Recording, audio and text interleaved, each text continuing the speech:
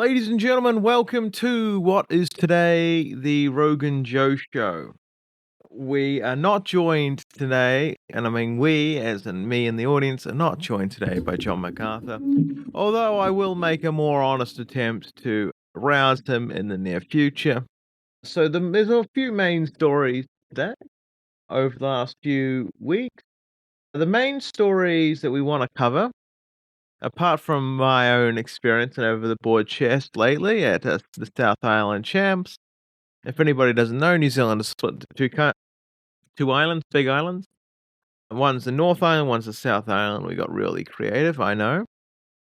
And the North Island is where most of the population is. But in the South Island of New Zealand, for reference, we are bigger in mass than the United Kingdom.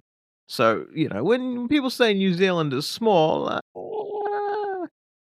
that small. So, yeah, we'll cover that at the end and my goals and what I kind of began to understood, like about chess that I need to understand more. So this week, they're in Arlington, Texas. The USA and India are going head to head in a special invitational match. So essentially, this is like the two strongest chess teams, barring the Russians, barring the Russians who have had very little effect on world affairs since chess world affairs since essentially they're a little bit maligned by the fact that their government is doing nasty and devious things in the Ukraine. So these are arguably the two strongest national teams right now, and the format has been designed to attract mainstream sports appeal. So basically, 10-1 rapid. Now, if any of you true blue legends over there in other countries are like me, then you know that the absolute best time control for chess is 10-0. So it's nearest it can be to the best time control there is. Anyway, no draws allowed and tied games are replayed until we get a winner. Okay, this is I suspect that there'll be some good ones. We're not sure if any Hikaru Nakamura is in it, but there's some really, really, really good ones. Well, actually, we'll get the article up and we'll see what we can do. No, I don't think I have an article for that one.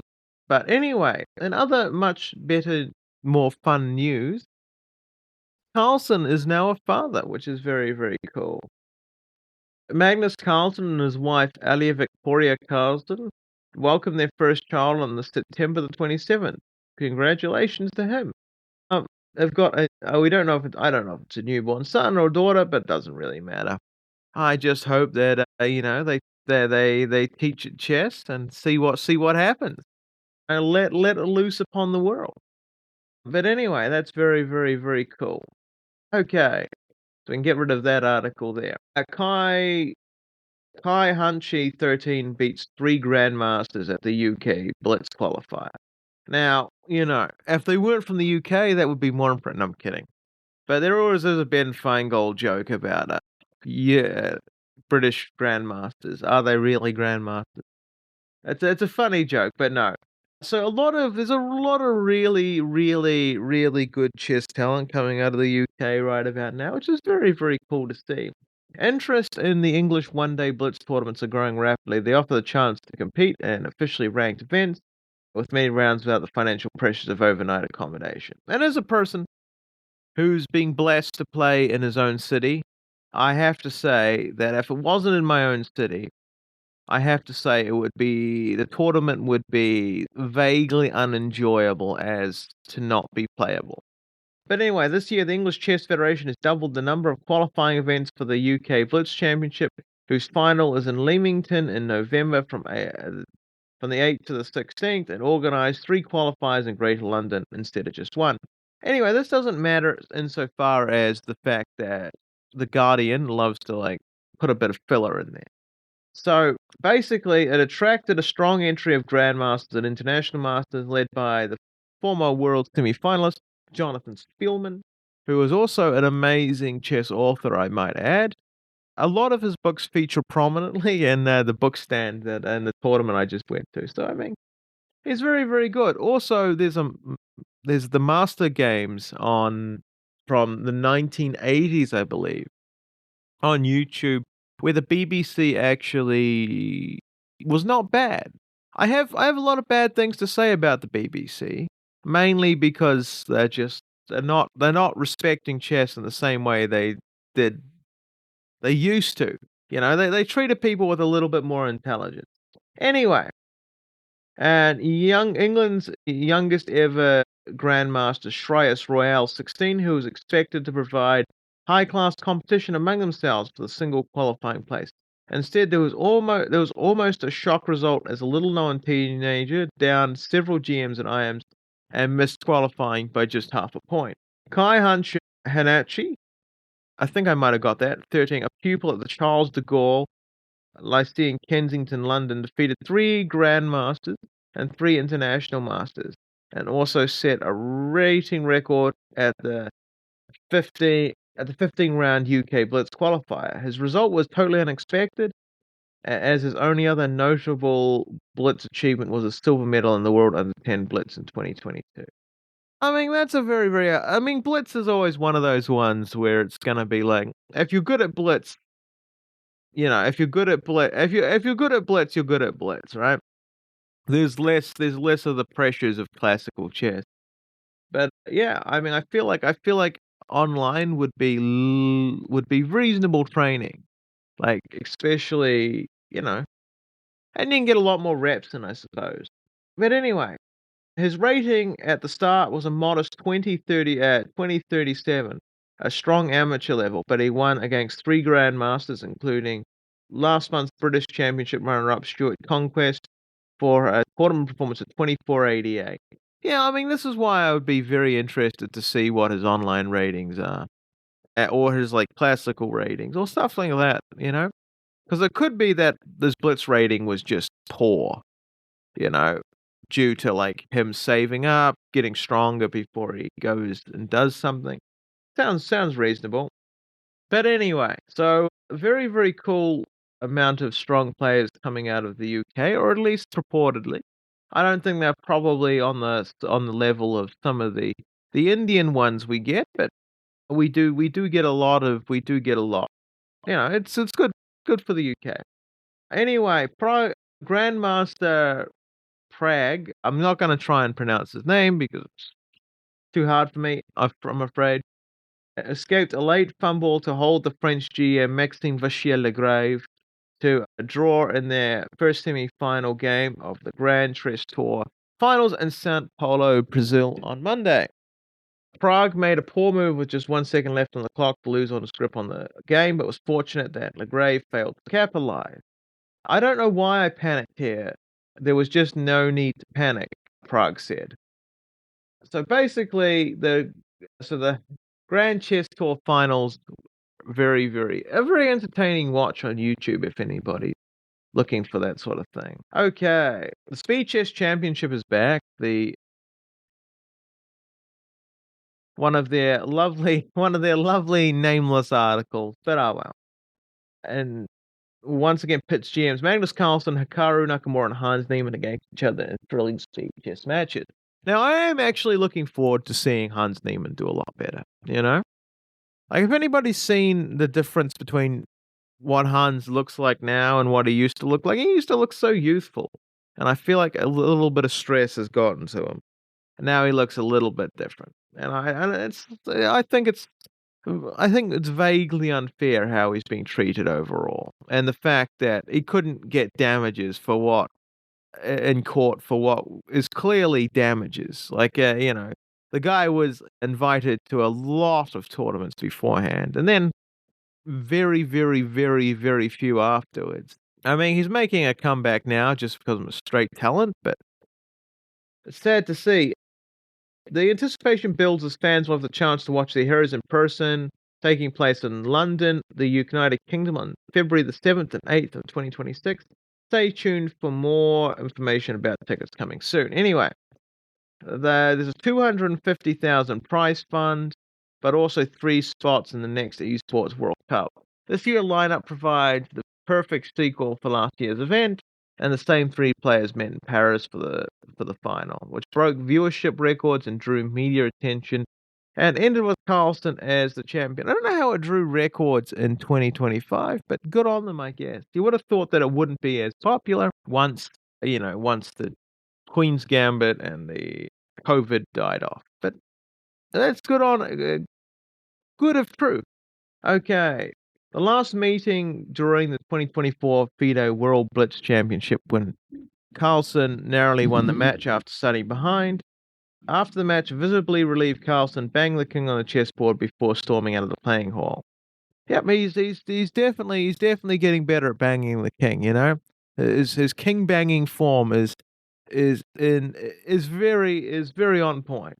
Okay. Along with the 3 rivals, 5 other players have qualified for the Speed Chess Championships through the 2025 Title Tuesday Grand Prix. Among them is the Indian star Grandmaster Arjun Erigaisi, currently world number 4 on the rating list, a dangerous blitz player with an uncompromising playing style. The other qualified players include Grandmasters Liam Lee, Dennis Lazovic, Jose Martinez, and Akun Min Lee. If I got that last name wrong, I apologize. But the excitement doesn't stop there, as 8 of the chess titans are invited to join the fray, being GM Ali Reza Fairuja, Fabiano Caruana, Prague, Ian Nepomucci. Again, that one's a hard one for me. And Wesley So, the former world champion Ding Liren. So that'll be a fun one. Okay, so this one's more of a drama related thing here. This is quite drama related, and then we'll go into my own pack of woes and my own delusional goals just after this article here. So essentially, FIDE scraps the 400-point rule for 2650 plus players, triggered by Nakamura, in quotes. And in quote. So essentially, there is laws now, rules that were previously enforced, but not done. Not like previously on the books and on the FIDE handbook, but not quite done. So essentially, what FIDE is having a problem with, and blatantly just sometimes accusing people of, is basically rating farming. So if you're 2650, you go to, like, say something like the Iowa State Champion or the Louisiana State Championship, and your biggest person to face would be like some FIDE master. And then, what they're accusing people like Hikaru of, well, not, or they're accusing, or like, whether they want to say it or not, is Hikaru getting the zero point 0.8 that rating points that happens whenever there's a 400-point difference. So if I played like international master in a tournament and they beat me, they used to get 0.8. They made a rule to stop this, but it was not being properly calculated in their system. So, which they say is different from retroactively changing the rules. They have also taken some rating off some people, like believe Alexei Shirov, and there's another person that has suffered immensely to this rule.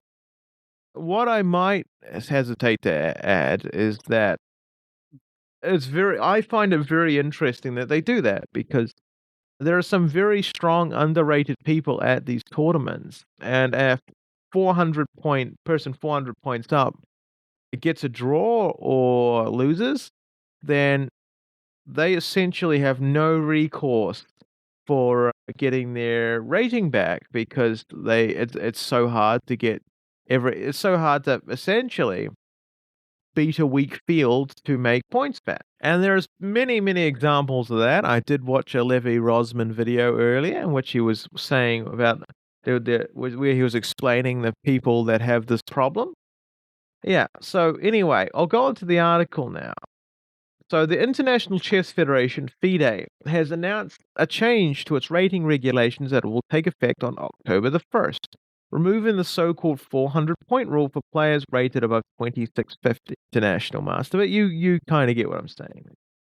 Change was triggered by GM Hikaru Nakamura's race to qualify for the candidate, but will affect around 70 of the world's top grandmasters. It's important to note that that it's said matter of factly here, the change was triggered by GM Hikaru Nakamura race to qualify for the candidate. But FIDE somewhat claims that it was a overall thing that it was triggered by many other people and many other things. So I suspect chess.com is taking liberties with this statement. Okay. The amendment ensures that rating adjustments, this is in quotes, the amendment ensures that rating adjustments at the highest level accurately reflect a player's performance against a pool of statistically equal opponents, safeguarding professional standards set by FIDE, they said in a statement. And this is kind of ties into my point before.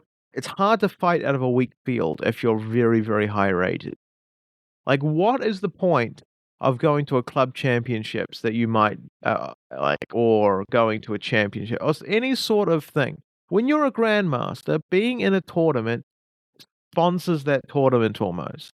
That's why some grandmasters get modest appearance fees, and some really good grandmasters get not so modest appearance fees because it legitimizes the tournament. And if you go to a tournament and the financial compensation for you going to that tournament is not there or very, very little, what is the point of risking your rating? You can't beat a weak field to get back your rating. You can only risk it, which seems a little bit needless to me. It seems like it's like throwing babies out with bathwater, but oh well. Since the last change in 2024, a player was never treated to more than 400 rating points higher rated than their opponent. It was never treated more than 400 rating points higher than their opponent. This meant that a top player could earn a minimum 0.8 rating points for every win against significantly weaker players. Under the new rule, a full rating gap will always be applied for players rated above 2650, instead of a rating gain of 0.8 per win. Expected score can be now as high as 99%, which equals a rating gain of 0.1 or 100%, and 0 points gained if the rating difference is more than 735 points. Okay, in other words, for the very best players, games against much lower rated opposition will be now almost completely rating free on the upside, but highly punishing in case of a loss or draw. And that's possibly a problem for underrated people and tournaments in which there are a weaker field, but somebody feels the need to show up. I think that's somewhat interesting. So, what we're going to go on to now is what I did. So, essentially, I played in the South Island Classical and Rapid Championships. Now, it may behoove you to notice that I did not say that I am the champion, because I'm not. I got my ass kicked a lot of the time, but I came away with an all right experience. I won an upset prize for beating an 1800 FIDE man in 15 moves. Checkmated him in 15 moves, which was very, very cool. I got almost exactly half. So I played 5 rounds of the Rapid, and I got 2.5 out of 5, which is not terrible in my opinion. Although I will say for the whole experience, this is my first actual FIDE event, and did not like it for the first bit, I must admit. Classical, with an hour 30 on each person's clock, on each person's side of each person's clock, plus 5 seconds increment, is not conducive to great performances by me, as I am sounds like much like an excuse, but a sufferer from ADHD, and that does not help a lot if you're raw dogging the whole thing. Okay, so in the classical, in the first round, I got my ass kicked by 1900, which is all right. It wasn't a bad game. It was just one of those games where I didn't play nearly active enough, and that was black, so it's fine. The second game, I played one of the better females in New Zealand. I think her name was Candice Yu. Very, very good player. I was up 2 pawns, and And then, yeah, I blundered heavily. I was up 2 pawns. I had a rook on B7, a queen on A7. Her queen was uncastled. Her bishop was on, I think it was E7, and her queen was not very threatening at that point. And I had a rook on F1, bishop on F2, and then the king was where it normally is, if that makes sense. So essentially speaking, I gave up a little bit of advantage. I made 2 mistakes. I traded off much of my attack, thinking that being up a couple of pawns was enough. Also, here I decided to calculate for 30 minutes on a move because I was getting to an end game in which I was comfortably up. She attacked one of my more isolated pawns, and I decided, like, I'll calculate for 30 minutes. I calculated for like 30 minutes. Not one of my strongest assets, as I had spent a whole 10 minutes on the on my clock before we got to that, which was like very embarrassing on my part, but oh well. And so I then decided to play a reasonable move that was just trying to protect the pawn. Except I went to get a glass of water beforehand, and then I came back to calculating the same thing. I came back with a glass of water, and then for some reason, my brain decided to play an absolutely random move out of nowhere. Now, I'm not claiming demonic possession, but I thought it wasn't far off. Goddamn. So that would hurt my feelings. And there was a bunch of other games that were very, very iffy like that came down to form, I suspect, and my inability to sit at a board largely. So overall, for my first rapid game, my first rated FIDE events, I didn't do too badly. So I ended up with a FIDE rating of, once we pull it up, we'll pull it up for you. I came out with a FIDE rating of, drumroll, 1651 rapid, which wasn't great to be honest, but I did beat two 1800s very, very easily. So I'm very happy. But I lost to a lot of people who I just underestimated in a morning that I shouldn't have underestimated somebody. If you're having a bad day, don't underestimate people. It's not a good sign. But my goals are still happening. I feel like I felt like I can do better there. As like the reason I feel I can do better in classical tournaments than I did then was because people who are rated like 250 points lower than me on online rapid, they did like they were shades better than me in the results, which I think shows like one of two things. I got terrible pairings, which I don't think is the case, although I did get some reasonably hard people, or or I have, or there's a lot of soft skills there's to learn in OTB that I have not picked up. So what I think I need to do is I need to play more club games. I do. I also need to do a lot of stuff that I do OTB and sorry that I do on your computer OTB. So I need to set up a chessboard, and I honestly need to train my chess more like the people who came in the who were in, before 2000. Like, I need to train my chess like John MacArthur, National Master John MacArthur would have trained his chess. That's the truth of it. To be able to visualize deeply on a chessboard versus online, you have to touch it. You have to touch a real chessboard sometime. But anyway, so I won a book for my upset, and it's Improve Your Chess by Carsten Hansen. So it was very, very good. The book I wanted to get, but it was gone before I got there, was Applying Logic to Chess, which was a very, very interesting thing. So what I'm going to do is I'm going to do a bit of this book each day, set up the chessboard, and see what I can do. So my overall goals, because I will put them out into the universe because it's important to do that, is to become a candidate master in the next 2 years.